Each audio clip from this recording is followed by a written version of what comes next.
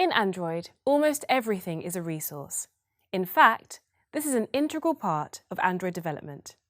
Resources in the form of files and static content that your code uses, such as colors and animations, are contained in the resource folder in Android Studio. The resources in this folder can be referenced anywhere in your application code. In this video, you'll learn all about the different resources you can find in the resource folder in Android Studio. Let's jump right in by exploring 4 resources: string, color, dimension, and font. In most cases, you are going to display text in one or more places across your app. This text needs to be stored so that different parts of the app can access it.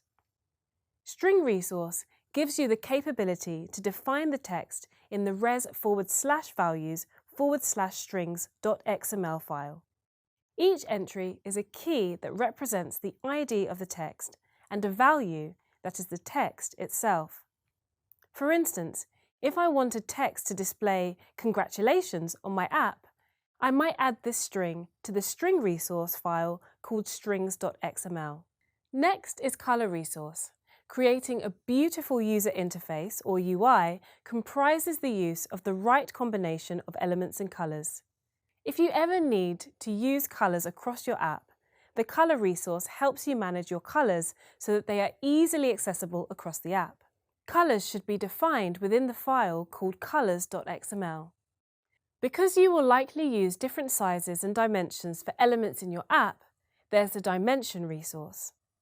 The dimension resource makes it easy for you to manage all your size dimensions in one place. Dimensions should be defined within the dimens.xml file. Lastly, there's the font resource. As you may be able to tell from its name, this folder is used to manage the fonts you use within your entire app project. All your font files should be added to the font directory.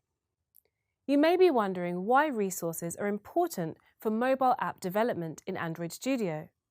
Well, building apps that can function effectively across multiple devices is crucial for ensuring the best user experience.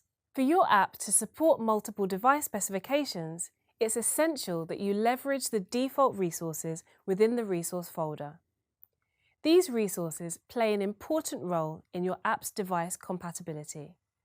For example, if your app is going to provide multiple language support, the resource folder helps you to define the languages.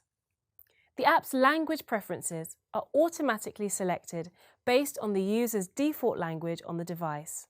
Also, if you want your app to be responsive across multiple devices, you can provide different layout resources based on the screen orientation and then specify one orientation as your default.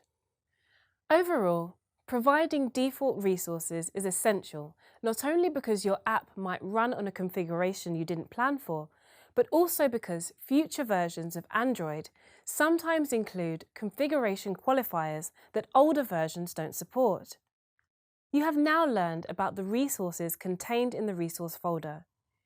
You should also have more insight into the importance of leveraging these resources to ensure app compatibility across different devices and ultimately enhance user experience.